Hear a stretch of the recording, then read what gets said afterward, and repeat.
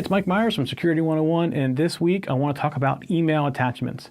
So we all get email attachments all the time, especially from family. There are things like pictures and stuff like that. What you want to be careful of, though, are the ones that are EXEs or zip files.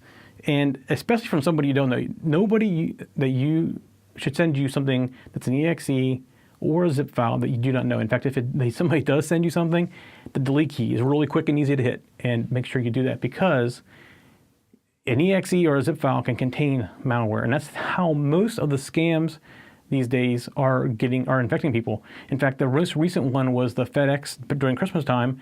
These FedEx emails saying you have a package to be delivered, and they were sending you either an EXE or a zip. And people were thinking like, well, I have something coming, or maybe I have somebody sending something for Christmas.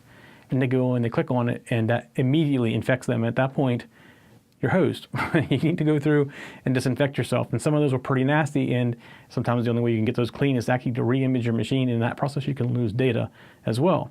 So just be very cautious. Most companies these days do not allow you to send EXEs. So if your work email, you try to send yourself an EXE, it may get deleted, because that's just the standard practice these days, is EXEs aren't allowed. In fact, many companies don't allow you to send around different types of documents that could be like that as well, including scripts and things like that. They look for types of emails that can be exploited.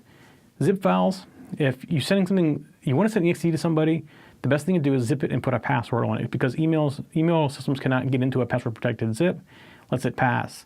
However, you got to remember that as well, because that means that it's not protecting you either. So if you get a password protected zip from somebody, make sure you trust them before you open it.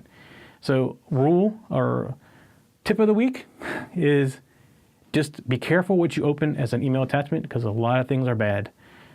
Make sure you know the person who's sending it to you. Never open an EXE. Just rule of thumb, never open an EXE. That's it for Security 101 this week. We'll see you next week.